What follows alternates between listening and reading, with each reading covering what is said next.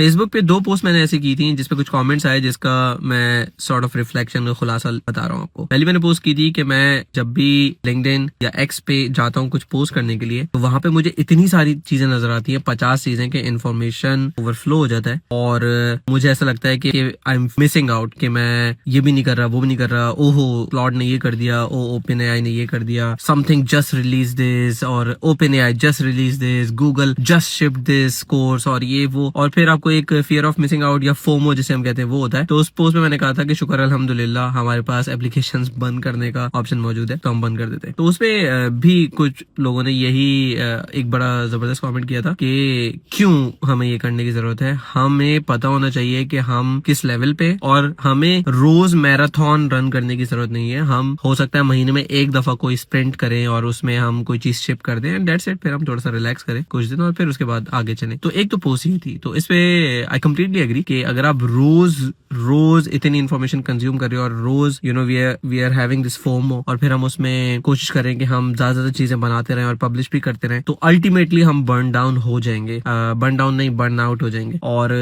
The problem with that is कि पहले क्या होता था कि आपके पास आइडियाज बड़े होते थे, लेकिन आपको पता होता था कि यार ये तो मैं बना ही नहीं सकता, मतलब इतना किसके पास टाइम है, या मेरे पास इतनी कैपेसिटी नहीं है, मेरे पास 9 to 5 जॉब भी है, एटसेट्रा एटसेट्रा। अब ये है कि अब विद एआई ये इतना इजी हो गया है कि हमें इतना सोचना पड़ता नहीं है। हमारे जहन में कोई आइडिया आता है, हम ठक करके उसको बनाते हैं और शिप कर देते हैं, और उसके बाद फिर अगर ये लूप चलता ही रहेगा ना, तो ये प्रॉब्लमैटिक हो जाएगा। जैसे अभी पास्ट 1-2 दिन के अंदर मैंने कुछ 2-3 चीजें नई बना के फिर उसको पब्लिश कर लिया। फिर एआई ने अगर एक प्रोजेक्ट बना दिया तो मैंने सोचा अच्छा यार उसकी हम एक ब्लॉग पोस्ट भी बना देते हैं, फिर ब्लॉग पोस्ट बना दी। फिर अच्छा लिंक्डइन पे भी पोस्ट कर देते हैं, तो उसने लिंक्डइन पोस्ट भी बना के दे दी। फिर ट्विटर पे पोस्ट कर देते हैं, वो भी बना के दे दिया। अब इतनी सारी चीजें होती जा रही हैं कि जो जरूरी चीजें, फोकस चीजें, वो कम हो जाती हैं। तो मुझे भी अपने आप को ये बार बार रिमाइंड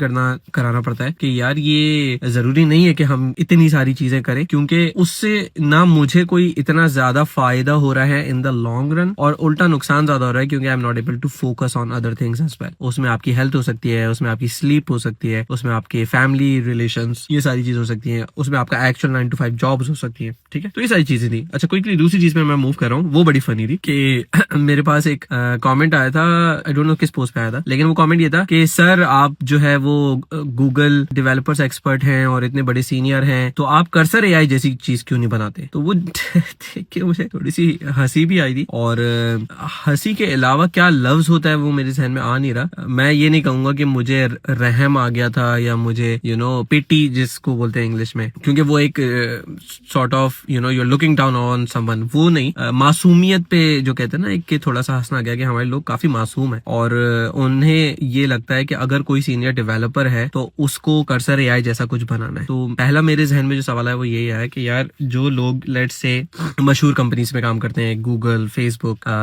मेटा, क्या वो सब बैठ के कर्सर एआई बना रहे? मतलब ये क्या लॉजिक है कि अगर कोई सीनियर डेवलपर है तो उसे कर्सर एआई जैसा ही कुछ बनाना है? यानी हमारा जो मयार है हाई स्टैंडर्ड कि यार एक अच्छा डेवलपर जो है वो ये कर रहा होगा, तो वो यही क्यों है कि वही कोई टॉप नॉच चीजें बना रहा होगा? वो ये क्यों नहीं है कि कोई शख्स अपने ऑफिस में बैठ के 9 to 5 में प्रोडक्टिविटी के साथ किसी प्रोडक्ट पे काम करते हुए या प्रोजेक्ट पे काम करते हुए उसकी जो क्लाइंट है, उसके जो उसकी ऑडियंस है, उसके जो यूजर बेस्ड है, उन यूजर्स को फायदा पहुंचा रहा है, उन बिजनेसेस को ग्रो कर रहा है, ठीक है, जिसके लिए वो काम कर रहा है। उन मोबाइल एप्लीकेशंस पे यूजर्स आ रहे हैं, अगर वो एजुकेशनल एप्लीकेशन है तो उससे बच्चों को फायदा हो रहा है या पेरेंट्स को फायदा हो रहा है, अगर वो हेल्थ की एप्लीकेशन है तो पेशेंट्स को फायदा हो रहा है। तो ये हमारा क्राइटेरिया, मतलब ये हमारे जहन में क्यों है ही नहीं कि ये भी एंड गोल हो सकता है किसी अच्छे डेवलपर का, किसी सॉफ्टवेयर आर्किटेक्ट का, किसी वीपी ऑफ टेक्नोलॉजी का, कि आप किसी भी प्रोडक्ट का पार्ट हैं जो कि एक्चुअल लोगों को वैल्यू प्रोवाइड कर रहा है। वो गार्डनिंग से रिलेटेड एप्लीकेशंस भी हो सकती हैं, और इवन सॉफ्टवेयर डेवलपर क्यों, आपका high standard of a person जो स्किल्ड हो, वो एक बहुत अच्छा कारपेंटर क्यों नहीं है, वो एक बहुत अच्छा इलेक्ट्रिशियन क्यों नहीं है, वो एक बहुत अच्छा मैकेनिक क्यों नहीं है? ठीक है, जो एक अच्छी जिंदगी गुजार रहा है, अपनी फैमिली को टाइम दे रहा है, he is earning well, he surviving the economy as well. और जरूरी नहीं है कि वो कोई एंटरप्रेन्योर ही हो जो कि बिलियंस ऑफ प्रोजेक्ट्स की फंडिंग ले रहा है, क्योंकि बात वही है कि अगर हर पेरेंट ये जा रहा है स्कूल में सोच के कि मेरे बच्चे को फर्स्ट आना है, तो ये पॉसिबल ही नहीं है ना। तो बाकी सारे बच्चे क्या करेंगे फिर? तो हर बंदा एंटरप्रेन्योर नहीं हो सकता, हर बंदा सीईओ नहीं हो सकता, सीटीओ नहीं हो सकता, हर बंदा आई वुडंट से कि वो वाई कॉम्बिनेटर में चला जाए। आप हाँ उनसे इम्प्रेस हो सकते हैं आप, लेकिन ये रियलिस्टिक नहीं है कि हर सॉफ्टवेयर इंजीनियर या हर एक शख्स जो आपको लगता है कि स्किल्ड है, वो कोई एक ही स्पेसिफिक चीज कर रहा हो, हर कोई डिफरेंट काम कर रहा होता है, यानी कि किसी को टर्मिनल बेस्ड एप्लीकेशंस अच्छी लगती हैं, किसी को फ्रंट एंड अच्छा लगता है, किसी को बैक एंड अच्छा लगता है, किसी को डेटाबेसेस अच्छे लगते हैं, ऑप्टिमाइजिंग द क्वेरीज, या फिर आप कह सकते हो front end optimisation, performance optimisation आप कह सकते हो। किसी को क्लाइंट्स के साथ काम करने में मजा आता है कि हाँ यार आपको क्या प्रॉब्लम है, मैं आपके आर्किटेक्चर को देखूंगा कि how to scale your project, या हो सकता है डिस्ट्रीब्यूशन में हो, या हो सकता है मार्केटिंग में हो। बहुत सारी फील्ड्स हैं और बहुत सारी फील्ड्स के बहुत सारे यूज केसेस हैं। हमें जो मेरी अंडरस्टैंडिंग है वो ये है कि किसी एक शख्स को अगर वो इस लेवल तक आ जाता है कि he is earning a decent amount of money, जो कि 9 to 5 में उसे मिल रहा है और वो सर्वाइव कर रहा है, और मे बी हो सकता है वो थोड़ी बहुत सेविंग्स भी कर रहा हो, और वो अपने जो साथ के रिलेशंस है, यानी कि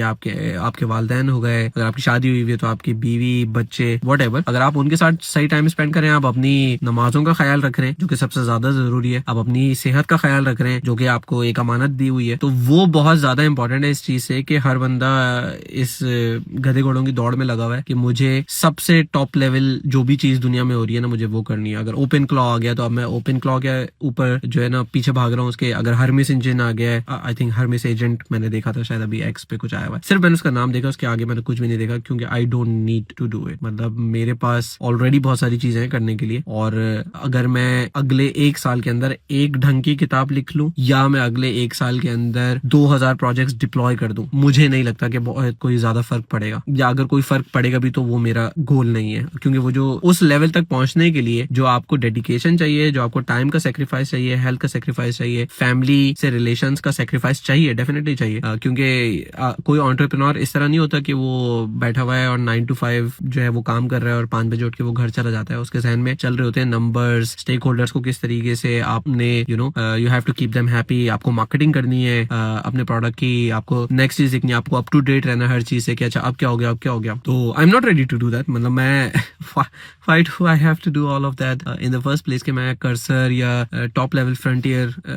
जो है एआई एजेंट्स बनाना स्टार्ट कर दूं। No, I don't need to. Why should I do it? मेरी और बहुत अच्छे चीजें हैं जिसको मैं देख सकता हूँ। अभी मैं सोच रहा था रिसेंटली कि मैं कारपेंटिंग सीखूं, कि कभी अल्लाह ताला ने मौका दिया तो बच्चे की टेबल बनाएंगे, बेड बना लेंगे, कुछ लकड़ियां काटेंगे, कुछ करेंगे उसका। तो there are so many things. Once आप इस लेवल पे आ जाओ कि आपकी जो